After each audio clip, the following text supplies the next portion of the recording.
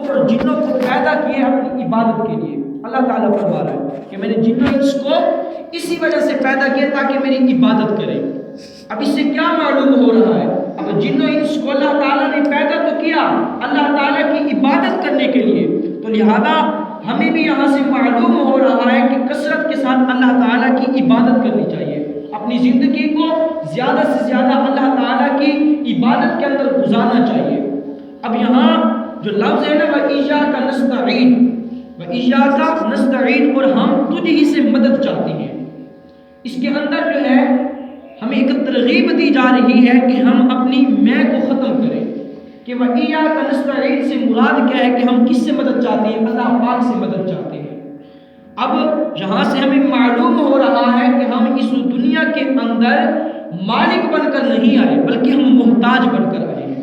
کہ وَإِيَّاكَ نَسْتَعِينُ کا مطلب ہمیں سمجھ آ رہا ہے نا کہ ہم اللہ سے مدد چاہتے ہیں. کس سے سوال کرتے ہیں؟ کہ اللہ تعالیٰ ہی مدد کرنے والا ہے. تو لہذا اس سے معلوم ہو رہا ہے کہ ہم اس دنیا کے اندر جو ہے مالک بن کر نہیں آئے، ہم اس دنیا کے اندر محتاج بن کر آئے ہیں. تو لہذا اس سے پتہ چلا کہ اللہ تعالیٰ کی زیادہ سے زیادہ ہمیں عبادت کرنی چاہیے اور مدد جو مانگے وہ اللہ تعالیٰ ہی سے مدد کا سوال کرے. اسی طرح اگر ہم اچھی نیت کے ساتھ دل کے ساتھ اللہ تعالیٰ کی عبادت کریں گے نا، اللہ تعالیٰ سے مدد مانگیں گے، تو اس کے اندر اللہ تعالیٰ کی مدد شامل حال ضرور ہوگی. اس کے اندر اب اہل کرم کا دستور ہے اگر کسی کے پاس امانت رکھی جائے تو جب اس سے امانت واپس لیں گے نا تو اس بندے کا شکریہ ادا کریں گے. مثال کے طور پر ایک بندے نے دوسرے کے پاس امانت رکھی. اب علماء کرام فرماتے ہیں یہ جو عبادت کرنا ہے اللہ پاک کی، یہ بھی ایک قسم کی امانت ہے. بھئی یہ عبادت کرنا امانت کیسے ہے؟ اب اس کا تھوڑا مفہوم یوں سمجھ لیں. اگر ایک بندہ کسی کے پاس امانت رکھتا ہے، بھئی میرے پیسے ہیں اتنے رکھ لو، لہذا فلاں تاریخ کو میں آپ سے واپس لوں گا، تو جب بندہ اس کو فلاں تاریخ آئے گی اس تاریخ پر جب وہ پیسے واپس لے گا تو اس کا شکریہ ادا کرے گا. تو لہذا اللہ تعالیٰ کی جو عبادت ہے یہ بھی ایک قسم کی امانت ہے. اللہ تعالیٰ نے ہمیں عبادت کا جو حکم دیا ہے یہ ہم پر ایک امانت کے طور پر ہے. اگر ہم اس کا جو ہے اللہ تعالیٰ کی عبادت کریں گے، اس کی امانت کو ادا کریں گے تو اللہ تعالیٰ کی کرم نوازی ہمیں نصیب ہوگی. سبحان اللہ. یہاں اس کو سمجھے یوں، ایک صحابی رسول فرماتے ہیں کہ میں ایک مرتبہ مسجد کے دروازے پر کھڑا تھا، ایک جو ہے دیہات سے ایک شخص آیا، اونٹنی پر سوار تھا. وہ اپنی اونٹنی پر سوار ہو کر مسجد کے قریب آیا، اس نے اپنی اونٹنی کو مسجد کے دروازے پر کھڑا کر دیا، مسجد کے اندر داخل ہوا. اس دیہاتی شخص نے جو ہے وضو شروع کیا، وضو کر کے اطمینان کے ساتھ نماز پڑھنا شروع کر دی. اب دیہاتی تھا، اب نماز پڑھنا جب اس نے شروع کی نا اطمینان کے ساتھ تسلی کے ساتھ رکوع کر رہا ہے، سجود کر رہا ہے، یعنی بالکل صحیح سے کر کے وہ نماز پڑھ رہا ہے. گویا کہ اس شخص کو یہ خوف بھی نہیں تھا کہ میری باہر اونٹنی کھڑی ہے شاید کوئی لے کر چلا جائے. اب صحابی رسول فرما رہے ہیں کہ اس شخص نے تسلی کے ساتھ نماز پڑھی، جب نماز پڑھ کر واپسی آیا تو دیکھتا ہے اس کی اونٹنی باہر نہیں تھی. اب وہ پریشان نہ ہوا بلکہ اس وقت وہیں پر اپنے ہاتھ اٹھائے اور عرض کرتا ہے اے مالک مولا، میں نے تیری امانت کو ادا کر دیا ہے. یعنی تو نے حکم دیا ہے نا کہ نماز پڑھو، تو نے حکم دیا عبادت کرو. یعنی علماء کرام فرماتے ہیں عبادت کرنا ایک امانت ہے. اب وہ شخص عرض کر رہا ہے اے مالک مولا، میں نے تیری عبادت کو، میں نے تیری امانت کو ادا کر دیا ہے، لہٰذا میری جو اونٹنی باہر کھڑی تھی وہ میری امانت تھی تیرے پاس، لہٰذا میری اونٹنی واپس کر. اللہ اکبر. وہ شخص عرض کر رہا ہے اے مالک مولا، میں نے تو تیری امانت کو ادا کر دیا لیکن میری اونٹنی جو میری امانت تھی تیرے پاس وہ کہاں ہے؟ تو اللہ عز و جل کے پاس جب اس نے یہ ندا دی اللہ عز و جل کی طرف تو وہ صحابی رسول فرماتے ہیں، راوی فرماتے ہیں کہ اسی وقت ابھی وہ شخص یہ کہہ رہا تھا دروازے پر کھڑا ہو کر مسجد کے، ایک شخص جو ہے اونٹنی پر سوار ہو کر آیا اور اس کے پاس کہنے لگا بھائی یہ تیری اونٹنی ہے، اسے لے لو. اللہ اکبر. اسی وقت اس کو اس کی اونٹنی مل گئی. تو پتہ چلا، مفہوم واضح ہو گیا کہ اگر بندہ اللہ تعالیٰ کی امانت کی حفاظت کرے گا تو اللہ تعالیٰ ہماری بھی امانتوں کی حفاظت فرمائے گا. سبحان اب اللہ. اس شخص نے، دیہاتی نے اللہ عز و جل کی عبادت کی، اللہ عز و جل کی امانت کو اس نے تو اللہ عز و جل نے اس کی اٹھنے کی حفاظت فرمائی۔ تو اگر ہم بھی اللہ عز و جل کی عبادت کریں گے، اس کی امانت سمجھیں گے، لہذا علماء کرام کا جو یہ قول ہے، علماء کرام فرما رہے ہیں کہ عبادت کرنا ایک قسم کی امانت ہے، تو لہذا اگر ہم کسی کے پاس کوئی امانت رکھ دیں، اگر وہ بندہ ہماری امانت کو آگے پیچھے کر دے، ہمیں افسوس تو ہوگا نا، اس کے ساتھ تھوڑی باتیں ہم اس کے ساتھ بولیں گے یار تو نے میری امانت کو آگے کر دیا، تو نے میری امانت کو خرچ کر دیا۔ لہذا اگر اللہ تعالیٰ نے ہمیں عبادت کا حکم دیا ہے امانت کے طور پر، تو ہم پر بھی لازم ہے اللہ تعالیٰ کی اس امانت کو پورا کریں، ورنہ کل بروز قیامت ہم سے سوال ہوگا۔ اللہ تعالیٰ پوچھے گا کہ اے بندے تو نے میری امانت کو پورا کیا، اے بندے میری عبادت کی، فلاں حکم تھا روزہ رکھنا، نماز پڑھنا، زکوٰۃ ادا کرنا، یہ اللہ تعالیٰ کی ایک امانتیں ہیں، تو یہ عبادت کو ایک امانت کے طور پر ہے، اس کی حفاظت کرنا ہم پر لازم ہے۔ اگر آج ہم اس پر پورا اتریں گے، اللہ تعالیٰ کی امانت کو ادا کریں گے، اس کی حفاظت فرمائیں گے، تو اللہ تعالیٰ کی کرم نوازیاں نصیب ہوں گی ہمیں۔ تو پتہ چلا کہ ایاک نعبد و ایاک نستعین، ہم اللہ تعالیٰ کی عبادت کرتے ہیں اور اسی ہی سے مدد چاہتے ہیں۔ لہذا وَإِيَّاكَ نَسْتَعِينُ، اب میں جو ہے اس کا مفہوم یہ کہ ہم اللہ ہی سے مدد چاہتے ہیں نا، تو اس آیت میں بھی ہمیں ترغیب دی گئی ہے کہ اپنی میں کو ختم کریں، کہ کس سے مدد چاہتے ہیں؟ اللہ پاک ہی رزق دینے والا ہے، ہم اسی ہی سے مدد چاہتے ہیں۔ اب پتہ چلا کہ ہم اس دنیا کے اندر کون ہیں؟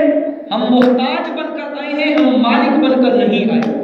اگر ہم کوئی بندہ اپنی حقیقت کو جان لے کہ یار واقعہ میں اس دنیا کے اندر محتاج بن کر آیا ہوں، میں واقعہ اس دنیا کے اندر محتاج بن کر آیا ہوں، بلکہ مالک بن کر نہیں آیا، مالک تو وہ رب عز و جل ہے، میں تو لینے والا ہوں، میں دینے والا نہیں ہوں۔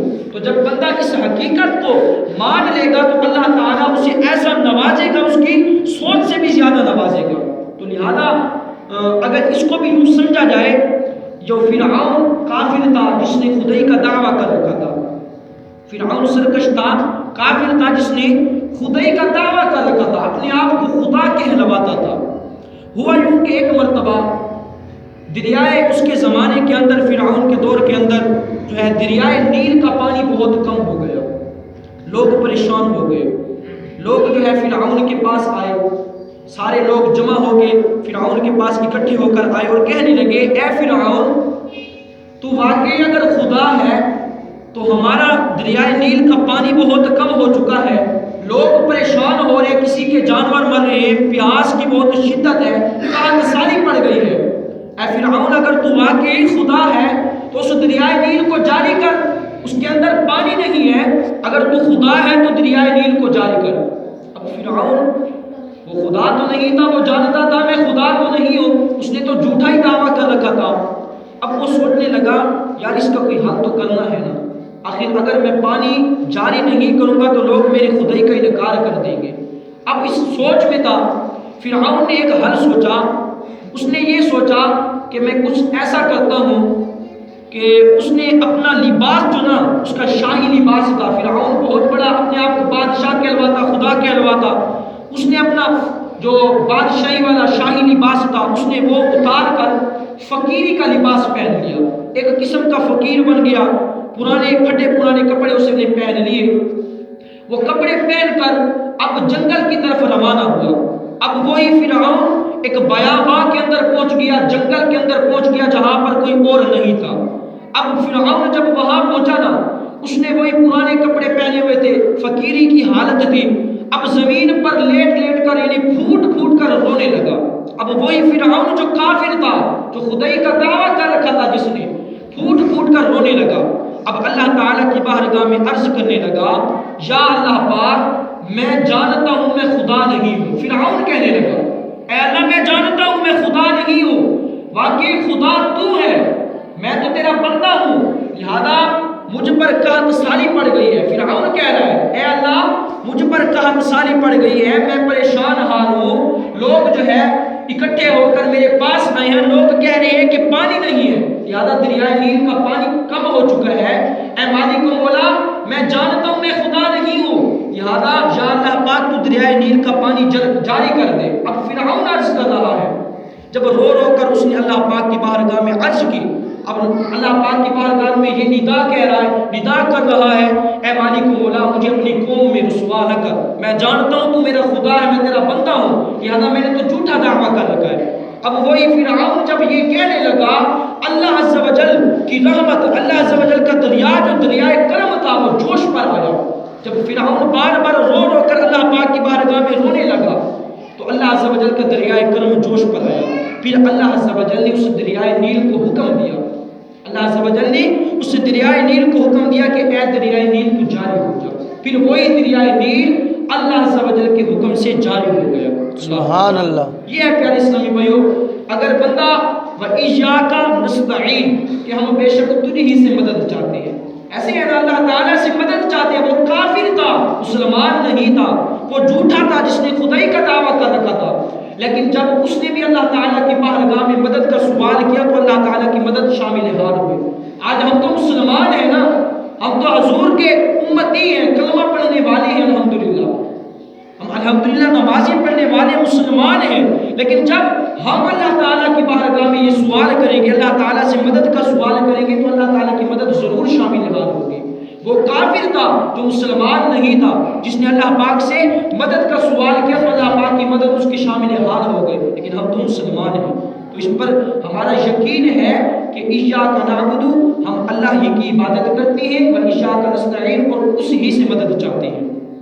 بے شک اللہ کے علاوہ کوئی مدد کرنے والا نہیں ہے، وہی رزق دینے والا ہے، اللہ تعالیٰ ہی رزق دینے والا ہے۔ تو ہمارا یہ ایمان، ہمارا یہ یقین پختہ ہو گیا۔ اگر بندہ سوچے کہ بندے کو اللہ تعالیٰ نے ہاتھ دیے، بندے کو اللہ تعالیٰ نے پاؤں دیے، تو بندہ اس بات کا پختہ جو ہے یقین کرے، اے اللہ تو نے مجھے پاؤں دیے ہیں، لہذا اس وقت تک میرے پاؤں کم نہیں کر سکتے، اس وقت تک میں اپنے پاؤں کے ساتھ چل نہیں سکتا جب تک تیری مدد شامل حال نہیں ہوگی۔ ایسا ہی ہے نا بھیا نستعین، ہم اللہ ہی سے مدد چاہتے ہیں۔ اللہ تعالیٰ نے ہاتھ دیے، ہاتھ کا استعمال اس وقت تک نہیں کر سکتے جب تک اللہ کی مدد شامل حال نہیں ہوگی۔ اللہ تعالیٰ نے دل دیے، اللہ تعالیٰ نے آنکھیں عطا کی ہے، کتنی چیزیں اللہ تعالیٰ کی نعمتیں بے شمار ہیں۔ اللہ تعالیٰ نے ہمیں اتنی ساری نعمتیں دی ہیں، تو ان نعمتوں کا استعمال ہم اس وقت تک نہیں کر سکتے جب تک اللہ تعالیٰ کی مدد شامل حال نہ ہو۔ تو اللہ تعالیٰ کی مدد شامل حال اس وقت تک ہوگی جب اس بات پر ہم یقین کریں گے کہ بے شک اللہ تعالیٰ ہی مدد کرنے والا ہے۔ عمل کا وہ جذبہ عطا یا الہی، گناہوں سے مجھ کو بچا یا الہی، دے شوق تلاوت دے ذوق عبادت، رہوں باوضو میں صدا یا الہی۔ میرے اسلام بھائیو، الحمدللہ ہمارے اس بات پر یقین ہے کہ اللہ تعالیٰ ہی مدد کرنے والا ہے۔ اب ہمیں اس بات کا بالکل یقین ہے کہ اللہ تعالیٰ ہی رزق عطا فرمانے والا ہے، تو بندہ جب اللہ تعالیٰ ہی رزق دیتا ہے، اب بندہ جو ہیلا کرتا ہے، ایک بندہ ہے کاروبار کرتا ہے، دکان پر جاتا ہے، وہاں جا کر کماتا ہے، سارا دن بیٹھتا ہے، تو رزق تو اللہ تعالیٰ دینے والا ہے، لیکن بندہ جو ہے وسیلہ کر رہا ہے، بندہ ایک ہیلا بنا رہا ہے کہ اللہ تعالیٰ نے رزق دینا ہے، لیکن بندہ بھی کچھ کرے گا نا، بندہ سوال کرتا ہے، جا کر کوشش کرتا ہے۔ تو ان کاموں کے اندر بھی ہم سب کو اچھی نیت کر لینی چاہیے۔ اب حضور غوث پاک رحمۃ اللہ تعالیٰ علیہ اس کے بارے میں آپ فرماتے ہیں کہ اللہ تعالیٰ تو بے شک مدد فرماتا ہے، لیکن اگر بندہ صرف جو ہے نا کمانے اور کھانے کا نام نہ سوچے کہ صرف میں نے کمانا ہے اور صرف میں نے کھانا ہے۔ اب مثال کے طور پر ایک بندہ ہے، اس کی شادی ہو چکی ہے، اس کے بچے وغیرہ بھی ہیں، اب غوث پاک فرما رہے ہیں اگر وہ بندہ کمانے جاتا ہے، دکان پر جاتا ہے، وہ بندہ اس نیت کے ساتھ نہ جائے کہ میں کماؤں گا، کما کر رہوں گا، بچوں کو کھلاؤں گا، لہٰذا اس بات پر نہ آئے، بلکہ اس میں بھی اللہ تعالیٰ کی رضا حاصل کرنے کے لیے جائے، اللہ پاک کو راضی کرنے کے لیے۔ بھائی میں دکان پر جا رہا ہوں، میں وہاں جا کر اللہ تعالیٰ مجھے رزق عطا فرمائے گا، تو اس میں بھی اچھی نیت کر لے۔ لہٰذا ایسے جو بھی کام ہے، اگر بندہ کہیں بھی جا رہا ہے، آفس جا رہا ہے، جو بھی کام کر رہا ہے، تو اس میں اللہ تعالیٰ کی مدد شامل حال کر لے، اللہ تعالیٰ کی رضا کو حاصل کرنے کے لیے وہ کام کرے۔ بھائی جانا تو ویسے بھی ہے، دکان پر جائے گا، کمائے گا، بچوں کو لا کر کھلائے گا، دکان پر بھی جانا ہے، لیکن غوث پاک فرماتے اس کے اندر اچھی نیت کر لے، اس کو ثواب مل جائے گا۔ تو لہذا پتہ چلا ایاک نستعین، اور ہم اللہ ہی سے مدد چاہتے ہیں، تو اس بات پر ہمارا یقین پختہ ہوا۔ اللہ تعالیٰ سے دعا کرتے ہیں اللہ پاک ہم سب کو قرآن پاک اس مفہوم پر عمل کرنے کی توفیق نصیب فرمائے، اور اللہ تعالیٰ ہم سب کو بھی اس بات پر بھی پختہ یقین رکھنے اور ساتھ میں کہہ رہے بھائیو ایاک نعبد و ایاک نستعین۔ ایک بات اور کہتا چلو اس میں جو ہمیں مدنی پھول سیکھنے کو ملا، ایاک نعبد کا جو مطلب ہے نا، ہم ایاک نعبد ہم اللہ تعالیٰ کی عبادت کرتے ہیں نا، تو ایاک نعبد نعبد ہم عبادت کرتے ہیں، یہ جو نعبد سیغہ ہے نا یہ جمع کا سیغہ ہے، نعبد کا مطلب ہے